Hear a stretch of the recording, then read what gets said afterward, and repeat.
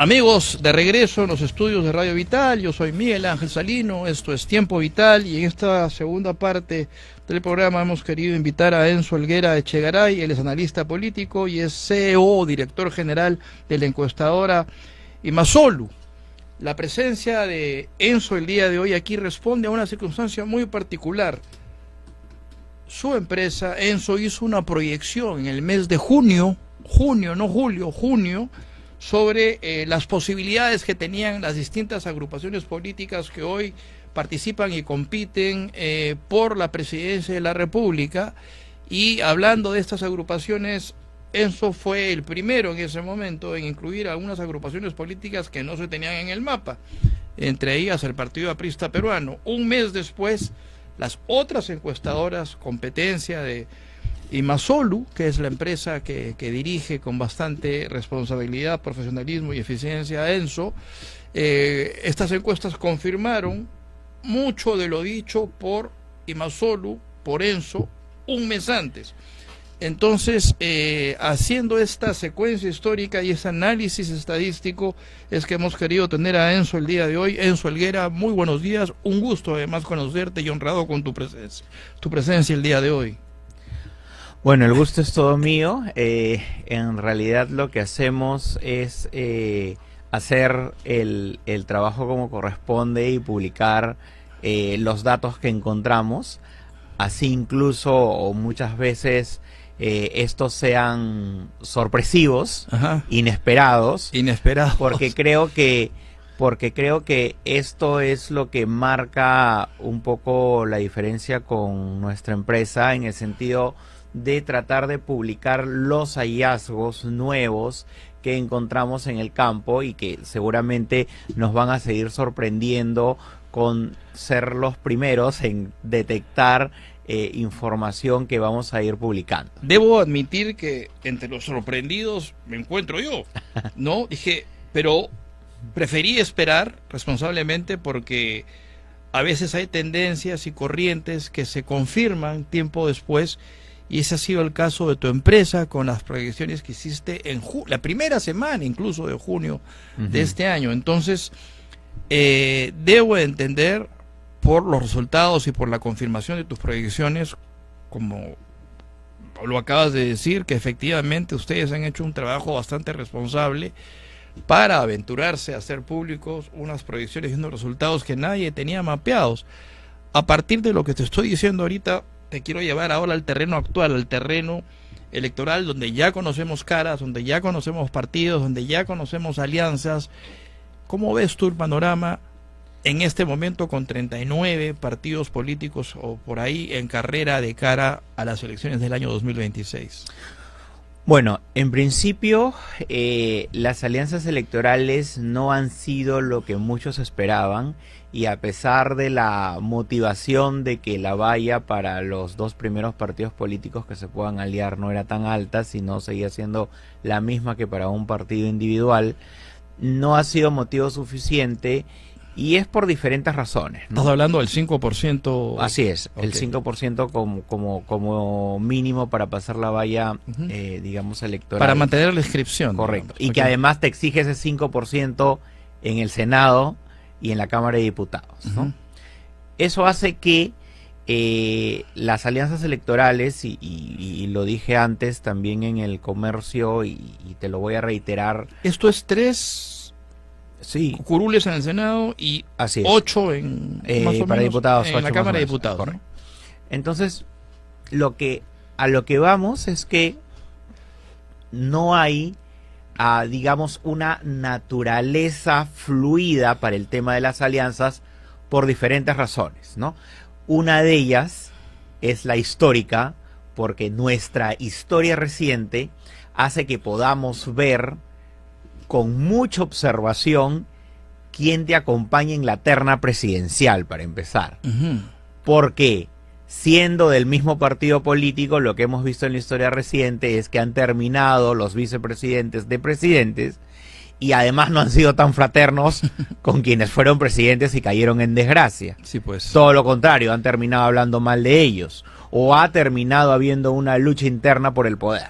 El tema de que estamos hablando además, en adición a lo que acabas de decir, de rostros que no eran muy conocidos y no muy populares. Fíjate lo que ha salvado, lo que ha sucedido con Salvemos Perú y esta alianza que ni siquiera han entrado a la carrera electoral y ya se disolvió, digamos, tienen un impasse interno que ha hecho que se separen. Otro caso, no de alianza, pero de una inscripción que ya oficialmente ha quedado fuera de carrera, como era el partido del cual era vocero el señor Duvelí Rodríguez, que también ha quedado fuera de carrera y que del que se decía que iba a ir en alianza con grupos de izquierda. Estamos hablando de rostros nuevos, nombres nuevos, gente nueva. Son desconocidos en buen cristiano para el electorado. ¿Esto no tiene una incidencia en el favor que ellos buscan a partir del voto? Sí, y para las alianzas políticas aún mayor, porque fuera de lo que complica hacer una alianza, que también es la lucha por el poder, que también son otros aspectos de las negociaciones, que nadie se fije en una encuesta a ver quién tiene más posibilidades y de acuerdo a eso dicen, oye, no, tú deberías ir porque vas a jalar la lista o tú deberías entrar en este número que es menor, pero por tu popularidad vas a arrastrar más votación.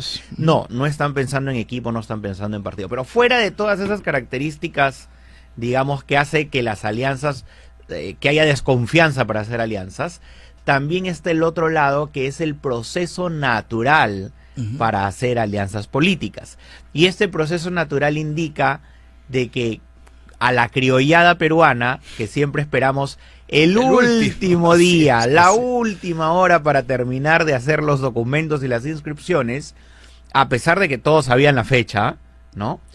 No ha habido esa madurez de sentarse y conversar, pero no solamente a nivel de los detentores del poder en los partidos políticos, de los dueños, presidentes o como querramos llamarle, que controlan los partidos políticos. La fecha era el 2 de agosto, de hecho. Por supuesto, y ya lo sabían, y ya lo sabían desde antes que se convocara las elecciones. Así es. Entonces, después de este proceso entre ellos de ponerse de acuerdo, lo que debieron hacer es el proceso de sensibilizar el tema con la militancia y con la dirigencia, con el resto de la dirigencia nacional. Como no ha ocurrido este ejercicio y solamente han mantenido las negociaciones en una cúpula con secretismos, aparecieron los conflictos internos. Por supuesto, porque evidentemente aquellos que tenían aspiraciones a tener puestos en determinados lugares se están enterando que por la alianza política ya no van a tener ese lugar.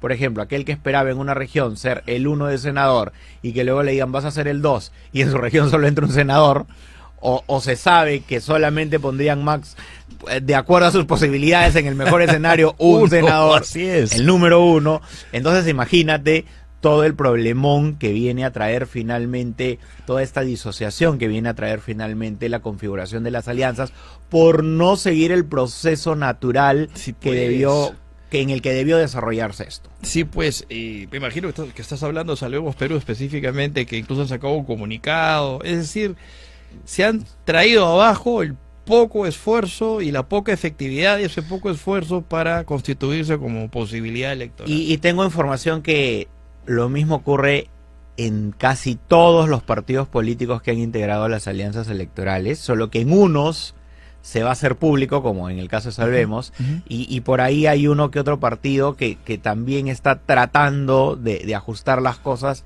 para evitar que ocurra lo mismo que con Salvemos, ¿no? ¿Qué opinión te merece esta alianza que también es un poco extraña entre el PPC y el partido del general Quiabra? Digo extraña en el sentido de que no hace mucho por ahí anda en redes un video de una entrevista que le hacen al general Quiabra donde él defiende, por decirlo, o pondera la reforma agraria y el gobierno del dictador Velasco. ¿Cómo entiendes tú que alguien que tiene una postura de ese tipo se termine aliando con un partido que doctrinariamente piensa todo lo contrario? No, y además que históricamente también enfrentó una lucha contra esa postura en esas épocas, ¿no? Los miembros fundadores del partido tuvieron participación histórica y luego para la formación de su militancia era uno de los ejemplos para decir este tipo de cosas son las que iban a afectar al Perú y los demócratas salimos y luchamos, ¿no? O sea, es parte del mensaje que se le enseña a la militancia, Sí, ¿no? mira, aquí hemos tenido de invitados, en un primer momento, el señor Sillonis, que era precandidato y después fue, vamos a decirlo así, expulsado del Partido Popular Cristiano por su vinculación con Odebrecht. Hemos tenido a David Vera, hemos tenido a Antero Flores Arauz, hemos entrevistado a Javier Bedoya de Negri, es decir, hemos tenido presencia del PPC en el programa, en el sentido de que somos un espacio bastante plural e invitamos a todas las tiendas. En su momento creímos que era necesario que la gente escuche su posición, su postura, porque hasta ese momento no se hablaba de alianzas. Por supuesto. ¿No es cierto?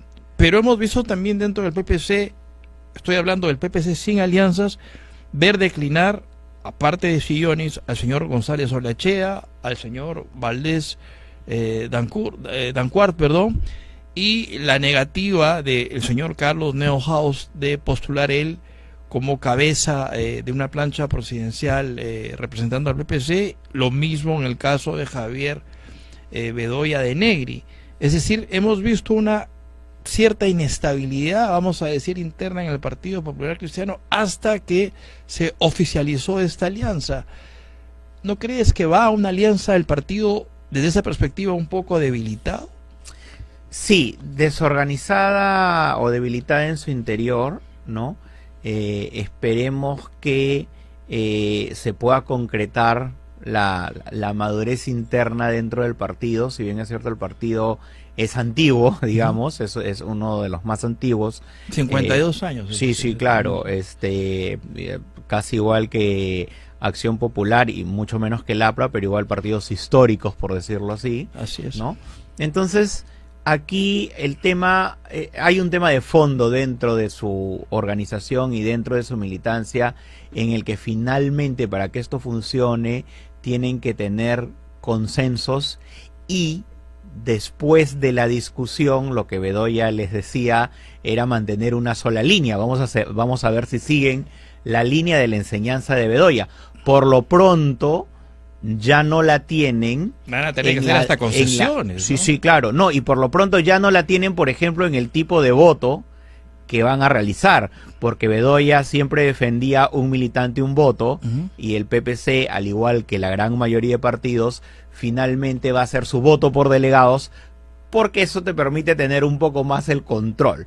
Sí me apena, porque evidentemente el PPC ha venido o vendría, digamos, a recuperar su postura como partido político, y este tipo de situaciones hace que finalmente se vuelva a atomizar el PPC, y creo que ese ha sido el principal problema del PPC, la atomización, en muchas veces lo que muchos de la oposición le decían un club de amigos, ¿no? Entonces, el problema es que los partidos no entienden que deben representar la apertura para crecer, porque de lo contrario están condenados a desaparecer. Sí, pues, amigos, no se muevan de ahí, con esto y más volvemos aquí en los 91.1, la frecuencia modulada. Estamos con Enzo Helguera Echegaray, él es director general de la encuestadora Imasolu, y estamos analizando el panorama electoral. Un minuto y estamos de regreso.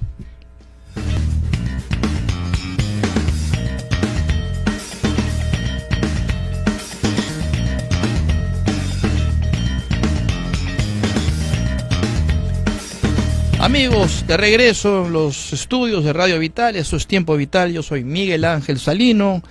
Estamos conversando con Enzo Helguera, él es director general de la encuestadora Imasolu, una de las encuestadoras más serias y bastante responsables de las que yo he podido ver en los últimos tiempos en temas electorales. En julio hicieron una proyección que después se confirmó y fue confirmada por otras encuestadoras, competencia por supuesto de Imasolu, pero que no hicieron más que confirmar la proyección que un mes antes había hecho Enzo con su empresa. Enzo, hablábamos un poco de las alianzas, hablábamos un poco de la debilidad que significa para un partido ir a una alianza cuando internamente no está fortalecido en sus criterios y propósitos electorales. Vamos a hablar ahora, te propongo, de cada partido, digamos, de los que se conocen últimamente, como partido. Olvídate del candidato, olvídate de la plancha, porque la gente puede conocer al partido más que al candidato, y eso también tiene una incidencia directa en el ánimo electoral al momento de votar.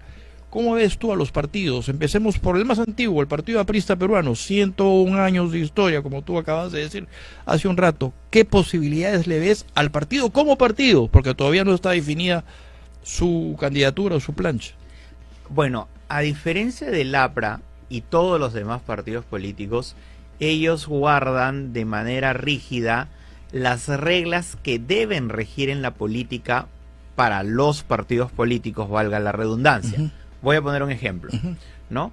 El señor del Castillo con Mauricio Mulder anunciaron su candidatura, su precandidatura presidencial. Su preplancha, digamos, claro, ¿no? Y además dijeron de que apuntaban a la unidad del partido, ¿no? De manera inmediata salió Carla García para decir que con los provincianos también iba a presentar su precandidatura. Pero es una ¿no? plancha que lidera Javier Velázquez Gen, la Así conformaría es. Carla y Humberto Abanto. Pero Humberto acaba de ser incluido en una denuncia que ya después la vamos a conversar. Y yo no sé si eso tendría alguna incidencia en las posibilidades electorales de esa plancha en particular, en la interna del partido me refiero, ¿no? Correcto. Sin embargo, lo que va a ocurrir después de que no vamos a decir quién pueda tener más peso en este tema, la interna del APRA, pero al margen de el grupo que gane esta interna, lo que va a ocurrir, si ganara el grupo de Jorge del Castillo o si ganara el grupo que pueda en el que pueda estar Carla García, está en el partido también está, el partido no se va a desintegrar, esa es la diferencia. O no es que van a dejar de participar en la campaña política el otro grupo o los grupos que perdieron o van a renunciar al partido, no va a ocurrir nada de eso. Lo que va a ocurrir es que van a buscar cómo integrarse, cómo articularse para funcionar como un partido, como un andamiaje. Lo que veo del APRA es que ellos están abrazando un proceso democrático de una manera bastante armoniosa, digamos. No ves tú esos ataques, esa división que quizás sí ves en otras agrupaciones. Claro, que por falta de finalmente ponerse de acuerdo,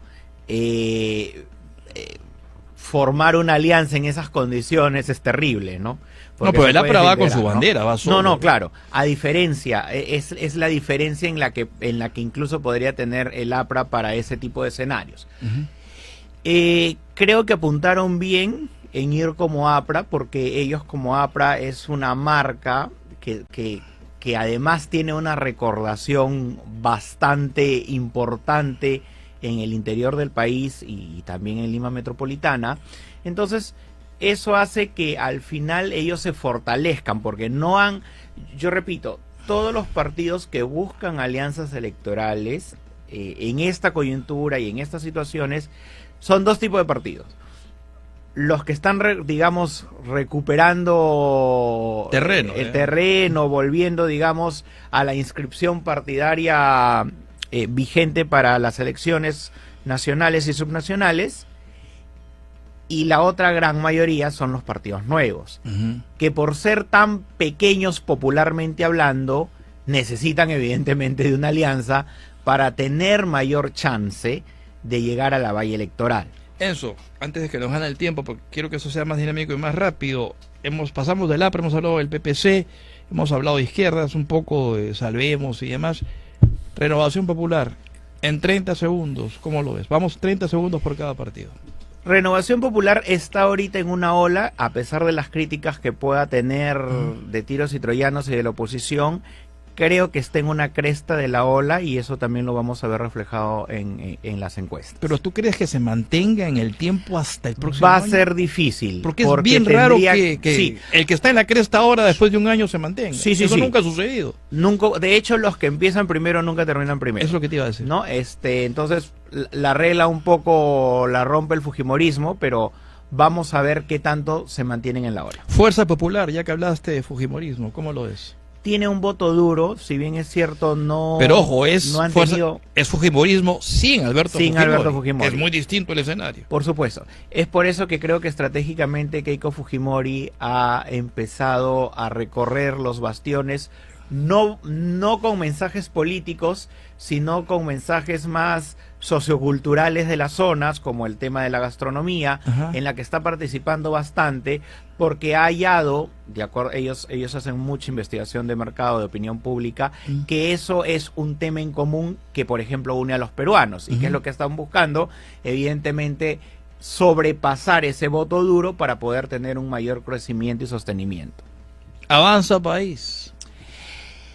Avanza País va a tener que ser un poco más creativo con su candidato presidencial, porque si solamente se limita a las peleas y las polémicas, ya López Aliaga le ha contestado de un modo en el que no ha habido tampoco una capacidad de respuesta. Entonces creo que es el juego de pelear constantemente no te hace presidente. Pero mire el efecto que causó la señorita Olenka Zimmerman. Salió a hablar una vez, dijo que iba a ser candidata, creo que por el Callao número 1, y capturó la atención de todo el mundo. Es decir, en ese momento borró cualquier otra participación de cualquier otro precandidato que hasta ese momento aparecía como posibilidad. Correcto. Y luego el partido trató porque seguro hasta sintieron que les hacía sombra. Lo que pasa es que con el caso de... Increíble. Mira, los peruanos, fuera del tema de la fuerza de las redes sociales, cuando uno le pregunta a qué le cree más respecto de la información que recibe, terminan siendo los medios tradicionales, porque saben que en internet todo se puede falsificar. Así es. Entonces, Olenka tiene evidentemente una imagen ganada en medios principalmente tradicionales. Pero una declaración, un día, correcto. La declaración creo que duró 4 o 5 minutos. Correcto. Y atrapó la atención de todo el mundo para Avanza País. Y en vez que el partido lo capitalice, le dijo no. Pasa, sí, no, sacaron todavía un no comunicado. Sí. Que creo que era innecesario, porque ocurre lo mismo que los otros partidos, que se atomizan y se cierran en ellos en vez de abrirse y crecer. Enzo, rápido, 30 segundos. ¿Cómo ves tú la izquierda en general, pero la izquierda radical, la izquierda extrema? O sea, Verónica Mendoza, la NOCA, la gente de Perú Libre, lo que queda de Perú Libre. ¿Cómo los ves como posibilidad? Creo que la NOCA no es un Pedro Castillo. Habrá que verlo en sus declaraciones. No ha dicho nada no ha dicho de Petro, nada, claro, de este problema con Colombia. Ni por él, supuesto, ni Verónica Mendoza. Que además Verónica Mendoza sale en una foto con él. Correcto. Verdad. Sin embargo, lo que en la coyuntura ha unido a la derecha, a la izquierda, incluso a una gran parte de la centroizquierda, es salir y declararse en unidad en relación a las declaraciones de Petro, ¿no? Entonces esto hace que finalmente vamos a ver qué protagonismo tiene. De repente ellos no son los protagonistas de ese grupo de izquierda, que es medio raro, porque aparentemente es una izquierda extrema, pero muchas veces cuando ha habido un gobierno de centroizquierda o más centrista también se han terminado pegando. Entonces hay que ver qué tanto les hace. Creo que allí, por ejemplo, tiene mayor oportunidad una izquierda como la de Perú Libre por un lado, o una izquierda en donde Pedro Castillo, por ejemplo, pueda ir con la postulación al Congreso. Esa es la pregunta final y la pregunta de rigor que te tengo que hacer. Hiciste una proyección en junio, te hago la pregunta al día de hoy, 9 de agosto, y me la vas a contestar, ¿eh? Me la vas a contestar. Tu proyección para aquellos partidos, no candidatos porque todavía no se han definido del todo los candidatos hasta noviembre, pero los partidos que tú estás convencido van a pasar en este momento, con lo que hemos visto estas últimas semanas, la valla electoral. Bueno, diría que si en este momento fueran las elecciones, Keiko Fujimori. Tenemos un minuto. Ok, Fuerza Popular, definitivamente también el partido de Rafael López Aliaga, Renovación Nacional. Renovación Popular, perdón. Creo que también entra en estas posibilidades el Partido Aprista Peruano. Acción Popular, aunque he escuchado que la lámpara se la quieren quitar porque alguien la ha registrado en el interior. Si no lo arreglan, perderían la marca. Y bueno, si es que sí, podría también pasar Acción Popular. Por el lado de la izquierda sí no lo tengo claro, porque todavía no veo un liderazgo. Perú Libre en nuestras proyecciones ha estado como marca partidaria, ¿no? Entonces, por ahora te podría decir que Perú Libre. Esos 5. Sí, convencido que esos 5 pasan. De momento, esos 5 partidos políticos tienen mayor proyección por la recordación de la marca y porque finalmente se les atribuyen valores que representan su electorado. Esto quedó grabado, amigos. Ha sido Enzo Helguera el día de hoy, director general de Imasolu. Enzo, muchísimas gracias por tu presencia el día de hoy. Ha sido la verdad un gusto para mí tenerte y conocerte personalmente. Te estaremos molestando seguramente en el futuro cercano para seguir hablando de este mismo tema. Muchas gracias. Para actualizar las proyecciones. Actualizar las proyecciones. Amigos, nosotros nos reencontramos el próximo sábado con el favor de Dios. Y si ustedes quieren un buen fin de semana, chau.